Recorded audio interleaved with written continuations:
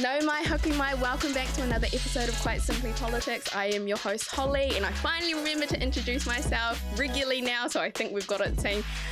This is another episode of our campaign special where we talk to our MPs who have taken time out from their busy schedule to share what's happening on the front line of the campaign. And this week, I am joined with a man of many talents, not least the MP for Mount Roskill, who's out there doing the thing day in, day out, the Honourable Michael Wood. Welcome. Kia ora, Holly. Really nice to be here. Thank you for coming and making time in the busy election campaign. How is your campaign going? It's going really well, thank you. We are now getting really close. It's only 4 days till the early voting starts, just over 2 weeks till the day itself. So we just go from dawn till dusk pretty much, and then into the night a little bit as well. But we've got a great team. It's actually really fun. I remember years and years ago when I was sort of learning about being a candidate, a real old experienced hand said to me, you know, your job is just to be in front of as many people as possible every day. So we go out, we knock on doors, we go to shops, we see people at bus stops and outside schools, and it's good. Most people want to have a talk, so I'm loving it. You have so many hoardings, like so many. I was driving down Dominion Road the other day and I was like, Michael Wood, like talk to me about that process of getting all of those up and then in a couple of weeks going to have to get them all down. Yeah, it's a bit of a mish. We've got a very dedicated team of people who go and look after them all because we have this huge big job of getting them all up, and we did that about a month or so ago. And you get out there in your gumboots and your jacket and you sort of slog it out all through the day. Then they all have to come down. They have to come down the day before. It's against the law to have them up on election day, so that's a mad rush. Yeah. But then in between, we've got a few people who have to go around and maintain them because we get, a little bit of graffiti. Okay. It's fair to say. Tell me about that. Like, has there been any funny words, or have they all been a bit gross, or has it just been like just riff? It's been kind of sad this time, to be honest. Sometimes we do get the funny ones. You have a funny hat or a silly little goatee. And to be honest, if we get those, I usually just kind of leave them up for a while. You have a little bit of a chuckle. This time it's just mainly got this. It's clearly one or two people who just don't like Labour and the Greens. It just goes around with a black spray can and goes, dick. Oh my God. And just sort of does that. Yeah. And so we've got to have someone who goes around and cleans that up. But it's for whoever it is, it's the least imaginative, most pathetic graffiti I've ever come across. See, and sometimes they can do incredible things with the hoardings, right? There's the famous Jacinda one as a pirate, right? Remember? Yes, exactly. I actually really like that stuff. And especially because those essentially become artifacts of an election campaign that you can then could essentially auction, like to raise money for a charity, because that's the kind of stuff I geek out at. I love that stuff, but not one that just says dick. Yeah. Also, I saw when I was driving down, I was heading towards the motorway in your electorate, and there's a whare by a roundabout that has got literally every political party's I know the one you mean. Yeah, someone who's very, very even-handed. I know. It was like, oh my God, I cracked up and I was like, that is so funny. And then I was thinking in my head, so it would have been likely that Michael went there first, got his hoarding, and then everyone else was like, hey, and then they're like, okay, sure. And then it was like hoarding. Completely. It's a Denby Road roundabout. There was actually a piece on the spin-off about these properties where people have about multiple hoardings, and the Juno actually went around and said to people, what gives? Yeah. And they actually talked to that person. And it was, we were there, we had our one up there first and we've had it there for years, and the others just could have come along and said, can we have one there too? And, a lot of Kiwis are just kind of like, okay, fair enough. And so there's us, there's the National Party, there's one of the fringe anti-vax lot who are up there. And, I think Top has one there. I think they might too. Maybe. Yeah. But no, it made me have a big giggle because I was like, oh yeah, okay, that's politics, like just as in, whatever, just do your own thing. Yeah. What what have you been hearing on the doorstep, like when you've been door knocking? Is there any sort of like thing that is coming out of the electorate that they're particularly concerned about or particularly interested in talking with you about? I would say there are two main themes from when we do door knocking, and I go out every day and do door knocking. So I'm doing a lot of it this campaign. Two big things come through. The first is that there are heaps of people who are undecided. So I've been doing door knocking. I first helped on a Labour campaign in 1999, and I first stood as a candidate in 2002. So I've done a lot of campaigns, and I've never come across so many people are saying, I'm still weighing it up. I want to hear more from all the parties. I think I'll make my mind up closer to. So that's really interesting about this campaign. So there's still people who want to hear from us and want to be won over one way or the other. So that's our job, and that's one of the things that we're really focused on. Biggest issue by a country mile that people raise with me is cost of living. So I would say, I usually say to people, hey, just coming around, I firstly just kind of want to hear what's top of mind for you. What do you and your people in your family care about? And cost of living is definitely the biggest issue. And you can understand that because, say, most people get their groceries once a week, and you notice that most people fill up their car once a week or once every couple of weeks. Petrol's bubbled up over $3. So people really feel that when they've got to do it. So it's sort of ever present there for people, I think. And so they're really wanting to hear from us, what are the things you're going to do to help with that? Most people are reasonable. They know there's no magic wand. They know that a lot of the stuff is internationally driven. But they do want to know that the government is, to use our phrase, in it for them, and that we are going to look at some things that can actually make a difference and help them through that period. Yeah. What do you ever get fearful when you're door knocking? Because it's something that I'm always cognizant of in terms of as a wahine, going up to a door is potentially dangerous, and that is something I constantly think about safety. But do you ever get fearful or worried or anything? Look, I haven't had too much about that, and I guess I'm in a slightly different position there. You get people, not very often, but occasionally, who get aggressive. Yeah. Having done this for a long time, you get pretty practiced at how you either just manage that down or just kind of what's the point at which you say thanks, have a good day, and walk off. Yeah. Which is usually just the best thing to do. There's just usually not too much point or use in engaging with someone like that. So I can't say this campaign I've had too many moments of that. I've had a few moments of aggression over the years, but you usually, and the Labour Party, certainly within our teams, we provide a lot of support and training. And, we send people out in groups if they're door knocking, so there's always someone nearby. So we try and look after the welfare of people like that. The only time I've ever actually come to harm when I've been door knocking, was a dog once, and it was literally a chihuahua. It was the only time I've ever actually been bitten. It was this dog that was about this big.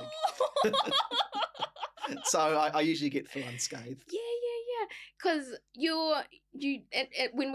I say this with the utmost respect to all politicians, but you're a relatively high profile politician, super well known, name recognition.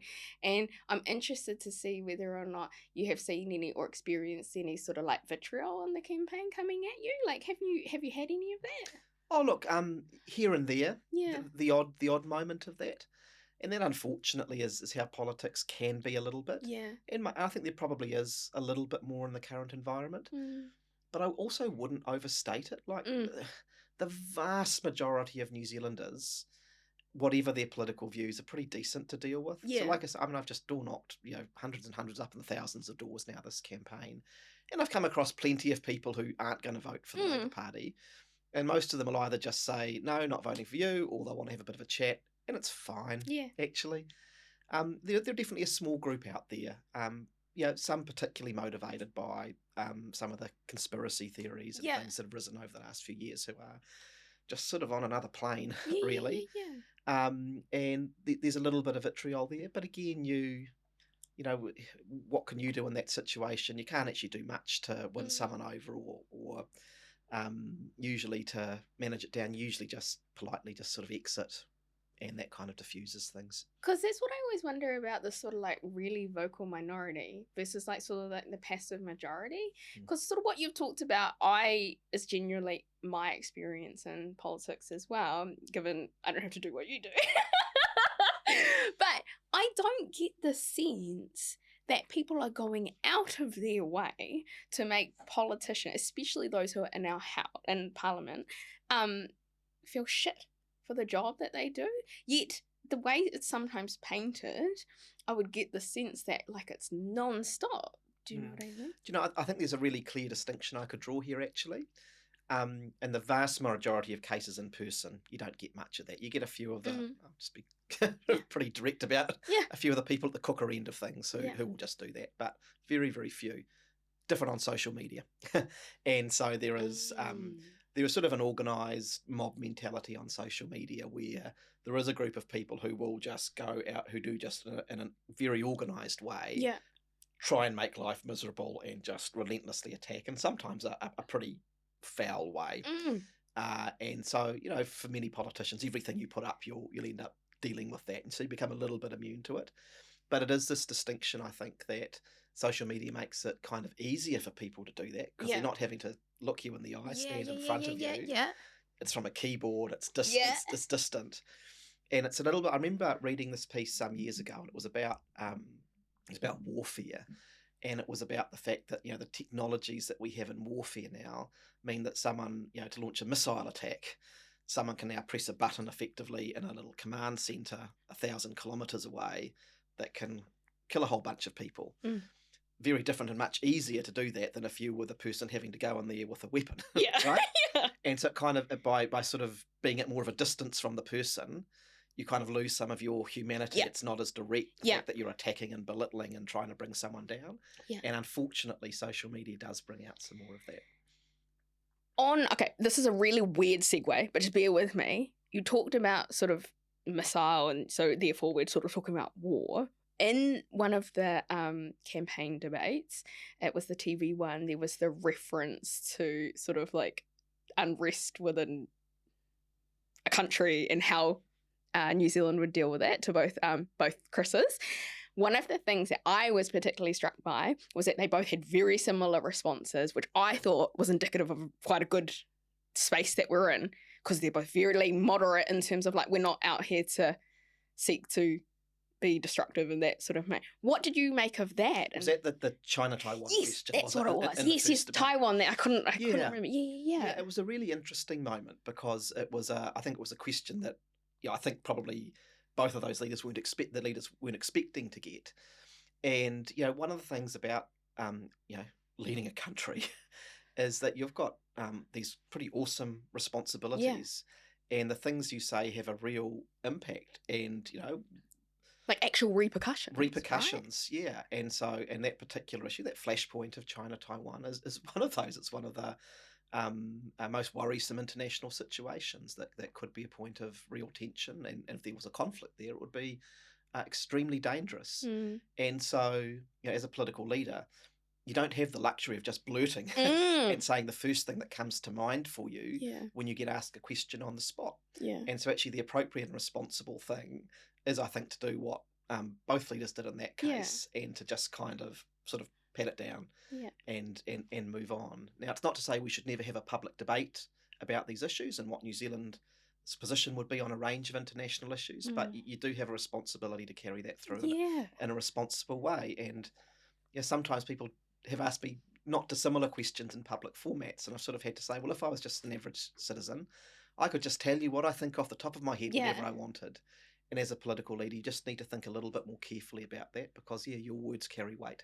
Do you think that there's a real understanding within our society, and it may go to the heart of civics to somewhat, civics education, of like that demarcation between speaking as a minister, speaking as a local MP, and then speaking as the average punter? Yes, and I think quite understandably it's one that people don't always quite get. They see you there as a person, and you're one person. You know, you're not the Holy Trinity. You're one person.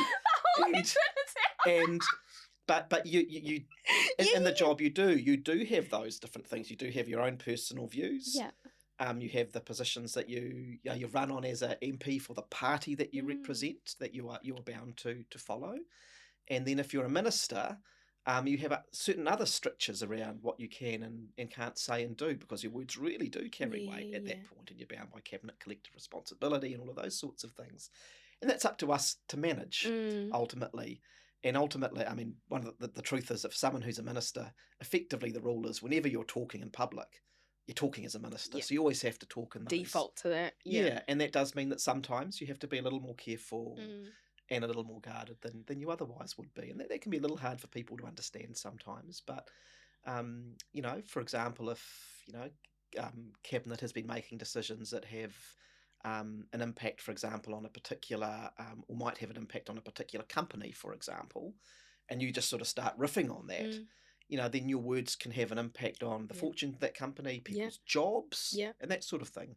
So you've just got to take some care around those things and, be as open as you can, but work within those responsible boundaries. Because one of the things I struggle with sometimes is trying to explain why some of the things you guys say in certain capacity is okay, because, it's being said as, like, don't take it as gospel because it's being said as a possible policy position or a discussion around a possible policy position versus them saying it in their capacity as a minister. So it's set and done and that's the thing.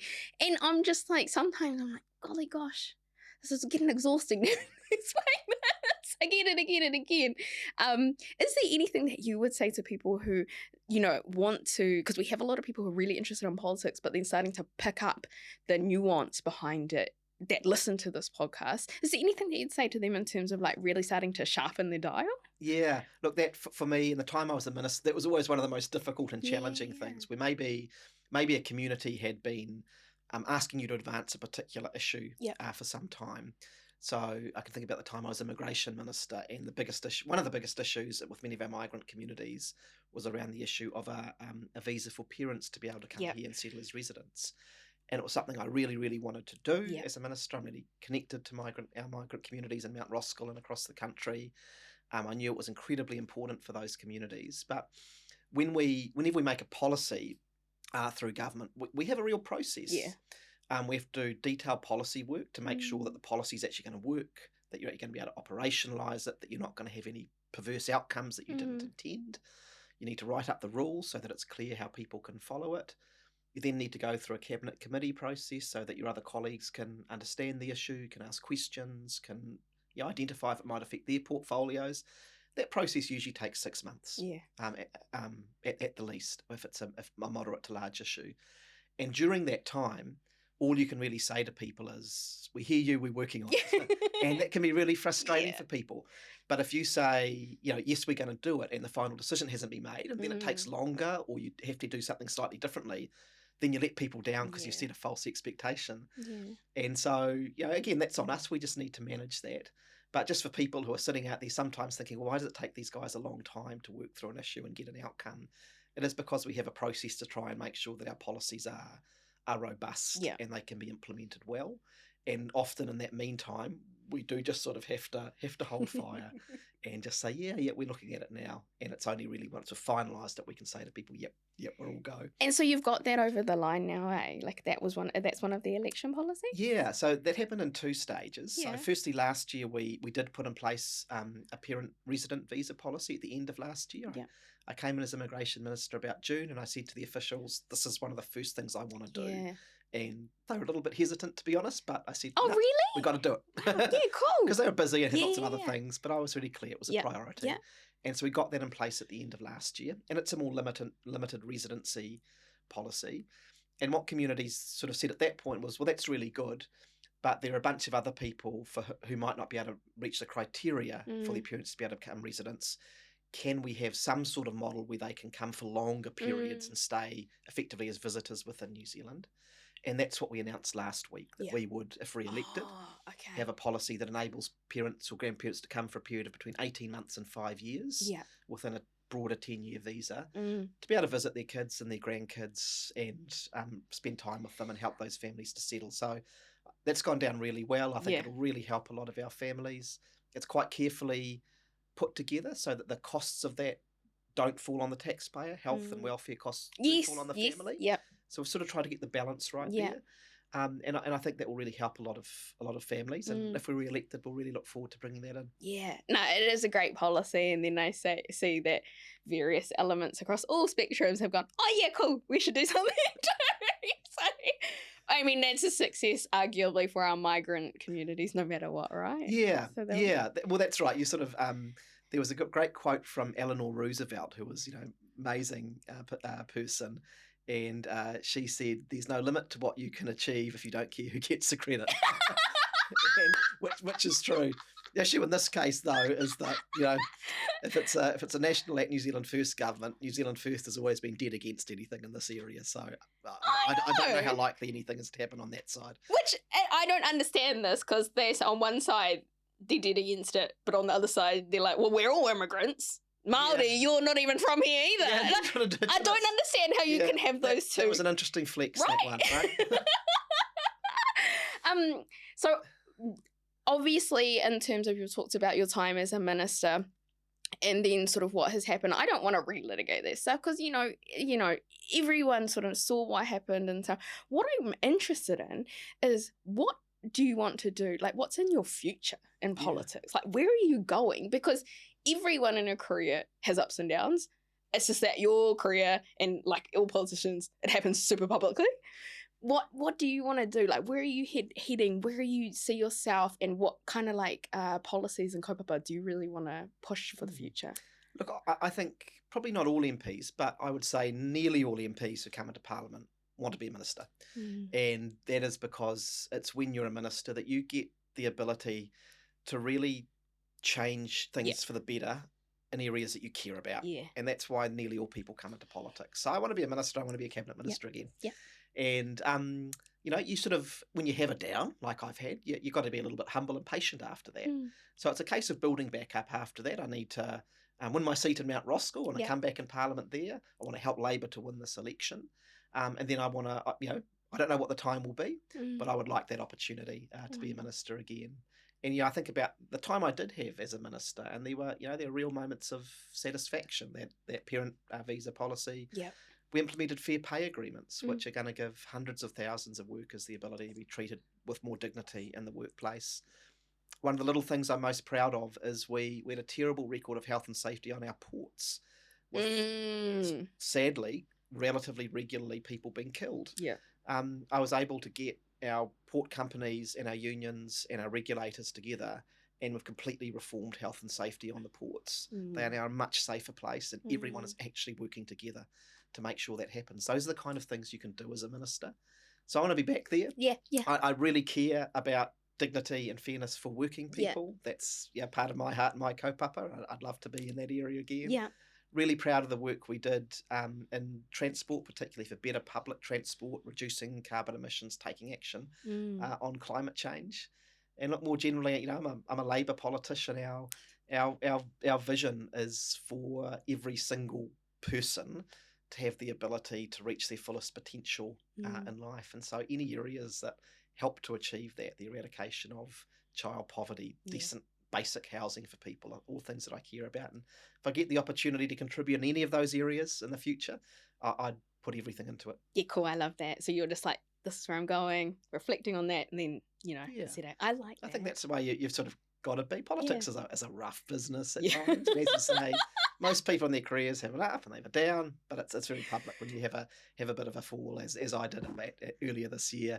And so you have a moment where you reflect, do I want to keep on doing this, or go and do something else? And I, based on my own feelings, but also a lot of support from whānau, my local community, colleagues, I'm really determined to keep pushing on and do what I can. We had Paul Goldsmith on the podcast, and he was talking about politics and similar sort of things that you're talking about, and we were reflecting on sort of what it means to be a politician. He said, oh, well, the old saying, right? And I said, what's that? And he goes, it's show business for ugly people. And I was like, I had never heard that ever before. And I was like, don't say that. I love politics. It's a slightly depressing worldview, really. I know, it just made me laugh so much, because I was like, oh, yeah, okay. I really like that path that you set out in terms of just being clear on what it is that you want to achieve. If you think about that, so that's the sort of ministerial and policy side, which, by the way, to all of our listeners and watchers, that's a really good civics distinction there about the role as a minister when you come in and what you can do as a minister versus being a member of parliament, What is there anything that you've got top of your priority list for your electorate? Sure. Look, a couple of really important things in my electorate. I first got elected in 2016. I came in a by-election, and far away. Oh, yeah, that's right. It was after Phil Goff became the mayor. Yeah.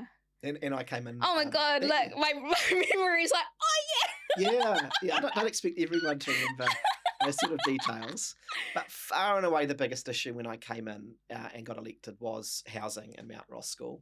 And as I've gone along in politics, I've become more and more convinced about the importance of the basics. So, at the moment there's a lot of community concern, and fairly so, about some of the retail crime that we've been experiencing. I'll just say this really clearly. Because a lot of this crime has been committed by 12 and 13-year-olds.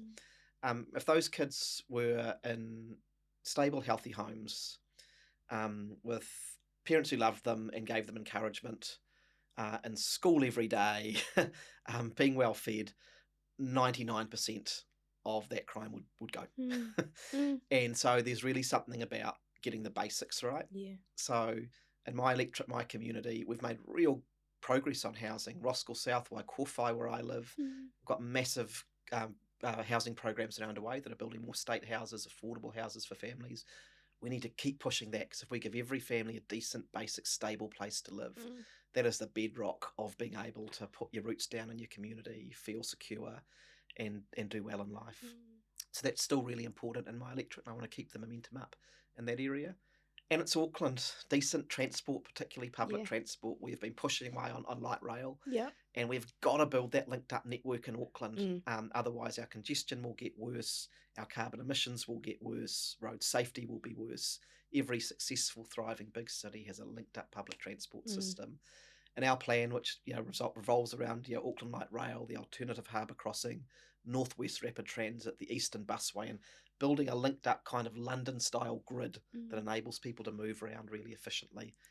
It'll take time, but we've just got to get on with it. Yeah, I mean, like, realistically, even here where we are in Newmarket, we, all of us at Kaimahi here, make choices about when we are travelling given the congestion. So it is a thing, like, and something needs to happen, something needs to change. It's when you're sitting there going, I'm not going to leave the office until 6, because if I leave at 4:30, I'm going to be stuck in traffic for like 45 minutes. Like, that's a real concern, right? Yeah.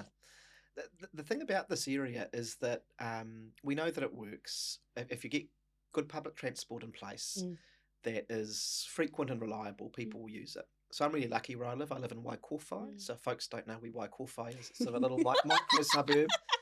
If you go right down Dominion Road, you get to the Dominion Road extension just before it hits Hillsborough Road, and we're just off to the east there. I know, because they used to have a good netball team, and I used to play them. Yeah. Well, my son is in the Waikowhai intermediate netball team, actually. And they did a good season.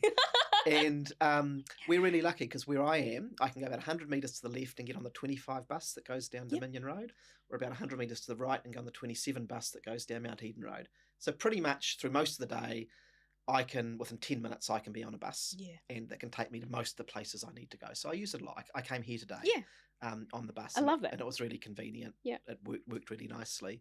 The North Shore busway that the last Labour government built, over half the people at peak from the North Shore get to the Harbour Bridge on that busway, because it's convenient, it's frequent, it's reliable. We just need to give more people those options. Yeah. And it's one of the, I'm not, don't want to go hyper political here. It's called Quite Simply Politics. It's a chilled out chat, isn't it? But it's at risk this election. They're specifically saying they will take out $1.5 billion that we've put aside for public transport infrastructure, and they'll put it into building big motorways like the East-West Link and Mill Road that will just make us more car dependent, make pollution worse, and make congestion worse. So if you want better public transport, it's a pretty clear choice this election. You can go hyper political. What else? Put it all out. Free fares for kids.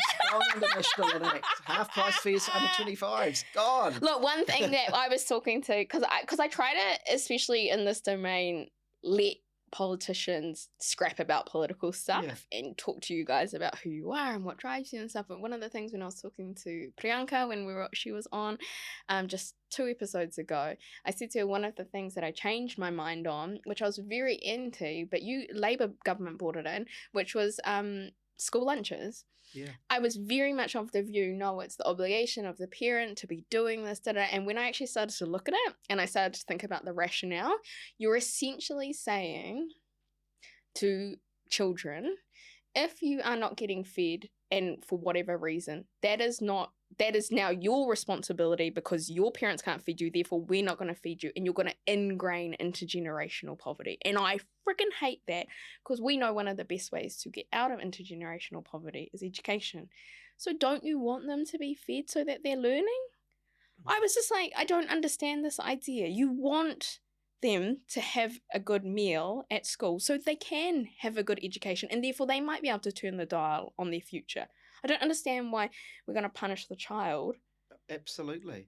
And it's, I mean, just talk to principals, and I've had any number of principals say to me, this is the best thing for education in the last 30 years. And it's not actually strictly an education policy. If you look at the well-being of the child, they've got a full tummy and they're well nourished, they're going to learn better, they're going to be able to concentrate, they're going to be more focused in class. The other thing that a few principals have said to me is the nice thing about it puts all the kids on the level. It's not like you're at a school and some kids have got a flash lunch and some kids have got nothing. They're all there together, being served a nutritious meal together.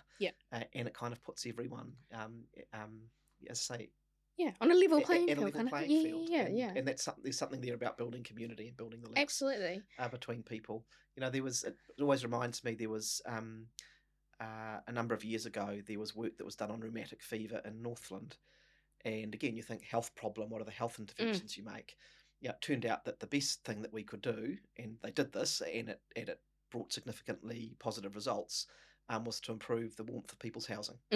So again, you look at the whole person and the whole set of things that are influencing their health and well-being, and take it from there. And school lunches is a great example of that. I saw this wahine, she was a Samoan wahine, and she was talking about the program, and then she was getting stuck into the directors, because obviously they're subcontracted out, or at least the provision she was going in at the ones who were not doing a good job. And I said, yeah, that's the dead right place to put it, because what she was saying was that the program here is not to line your pockets, business owners. It is for the kids. And I thought, yeah, dead right, because when you actually think about it like that, what you're saying is the majority of providers are doing what they need to do. There's always going to be the minority of any industry, as we know, doing something, skirting the rules, trying to be a bit, they're the ones that need to be called out. It doesn't mean you put the whole policy in the bin. Absolutely. Yeah. And the way we've set up that policy has been, we're not dictating how schools manage it. It's largely up to the schools how they do that. And actually there's been some really cool stuff where schools have worked with a group of parents, for example, and they've effectively set up a local sort of micro-enterprise small business in their communities. That's kept local people employed and given opportunities. Yeah, fantastic. You're getting multiple outcomes. Yeah. So we kind of let the schools work out what's best for them. But yeah, the purpose is to make sure that the kids are getting a nutritious meal. That's what it should always come down to. I just enjoyed where she was directing the energy, because what she was saying, and it's very much where I come from in my business. And because one of the things you touched on before, you know, is with the ports, and one of the things I always think about is like, how could you possibly put your employees in a place of risk that is, you know, like, how could you be so blasé about something that is actually one of your fundamental responsibilities as an employer? And I constantly think about that, and then sometimes I wonder, and I'd be interested in your view, is this a generational thing where potentially generations have done it some particular way over a long period of time, which has arguably been towards maybe profit maximization, and now you're getting a new or upcoming generation who focus on different things, which is potentially like putting the person as well as the company as a priority? I think it's an inherent tension in our economic system that we will always have. Companies will always have, you know, a focus to a degree on making a profit. And unfortunately, there will always be some people who put that ahead of other responsibilities, including responsibilities to the other people that you're working with in your enterprise. I do see really encouraging signs in newer generations of business owners that they're wanting to look more holistically at their impact on the environment, their impact on workers.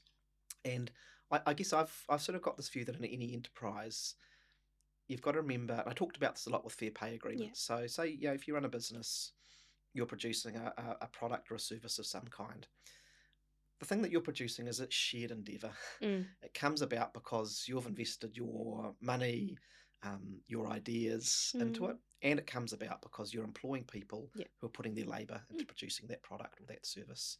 And so there should always be a balance between those things. You should treat each other with respect. You should make sure that everyone gets a say in things. And I think increasingly I do see a lot of good employers who do take that approach, but you've got to make it meaningful. And the ports was a classic example. We had really clear evidence that profit and productivity was just being put ahead to the worst possible outcomes, ultimately some people being killed. And so that's where historically the mission of the Labour Party has been to make sure that in the workplace there is that balance and that workers are looked after, are treated with dignity, have a say. It makes me livid because I know that my business only exists because of my kaimahi. Yeah. But for my kaimahi, I wouldn't have a business. So I really get frustrated when people are blasé about looking after their staff. And it's also a deficit model, right? It's a model which says that your staff are just a liability or a cost. Yes, I've heard that to be reduced as much as possible, instead of, as I think the best companies that I see saying your staff, a lot of people say that's your biggest asset, right? Yeah. And there's so much evidence out there that if you really, really engage and meaningfully involve your staff in your business, they're the people at the front end who kind of are producing the stuff or dealing with the customers or developing the ideas. If they have a say and they have a real stake, you'll get so much more value out of them. 100%. You'll solve so many problems. And there's so many good examples of this out there. So I think actually flip it on its head. Invest in your people, treat them well, pay them fairly. And actually that's the way to long-term prosperity for individual businesses, but for our country as a whole. And again, if you sort of just take it to the kind of next level in terms of what we call our political economy, that is kind of how we run our economy as a country and look at the things that we do and how we position ourselves. The countries that do the best around the world have the highest living standards, the highest levels of productivity.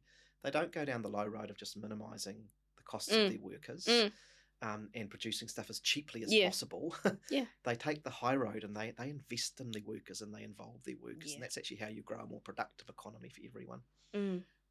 God, I could talk about this stuff in terms of business all day, but we don't have all day. Maybe some other time.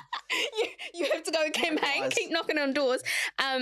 But we'd always do the Bowl of Bravery, and we've got the election special here, which is questions which are getting under the hood of things around the election. So you're going to go in there and answer a question. But before we do that, is there anything... It's a bit like going to a community event and they ask you to get up on the stage and dance. Well, you could do that too if you like. But is there anything that you would like to... mention to the listeners and the watchers that we sort of haven't covered off, but you're like, this is my key takeaway, I want you to take away this from the kōrero? So just briefly, in case it hasn't come across to people, I really care about politics. I really actually love politics. It gets a bad rap sometimes, and look, sometimes politicians get things wrong, but ultimately politics is the way that we change things for the better. So so many of the good things we have in this country have actually come about because people have organised in politics. We have a public health system and a public education system because the first Labour government brought those things about. If you have an accident at work, the reason that you get compensation and you aren't driven into poverty is because we have ACC that was developed through our political system. The reason that we have marriage equality is because people organised within the political system and made that positive change. So you can get caught up by the negative stuff in politics, but actually it is the way in a democratic society that we change things. So I hope people get involved. Really urge people, do vote this election, please. It's going to be a close election. There's heaps at stake. Hardly talked about climate today. That's something I really sorry. care about. No, that's okay. We'll have to get you back. It's on me as well. If this isn't if you're someone who cares about climate, it's all at risk this election. We're actually winning this at the moment in New Zealand. Our emissions have come down for the last 3 years. They're the lowest have been in about 10 years. The things we're doing, the clean car discount, more public transport, transitioning industry to operate in lower carbon ways, looking to bring agriculture into the emissions trading scheme, those things are working. Basically, all of those things get reversed if we have a change of government. So if for you this is an important issue, please vote this election and please make it a vote for Labour so we can keep that progress up. All right. Bowl of bravery? Yeah. Are you ready? How about that? Okay. What is the worst thing you have ever eaten at a parliamentary engagement meeting? Oh, geez. Well, do you know what? One of the things about being an MP is we do always get fed. So, like, everything we go to, people do want to feed us. It's usually really nice, really, really good stuff. And I'm kind of struggling to think about anything I've had that's actually bad, to be honest. It's fair to say that over the last the last 8 or 9 months, because our leader is the world's greatest fan of sausage rolls, pretty much every time there's a Labour Party event, sausage rolls are now served up. I'm a little bit sick of them. Yeah. I was wondering if it was going to be that because I heard, and it actually, like, guys, it's done with now. You can feed other things like rolls, sandwiches, fruit, like. Too right. Absolutely fair point. I love that because that's sometimes like a sausage roll or a pie can be beautiful, but 10 not so much. Yeah, that's right. Yeah, just broaden it out a little bit. Little quiche maybe next time. Oh my God, it's been so amazing to have you on the podcast. For everyone listening or watching, how can they get in touch with you? Oh, super easy. So you can contact me on my Facebook page. That's out there, pretty easy to find. Yeah.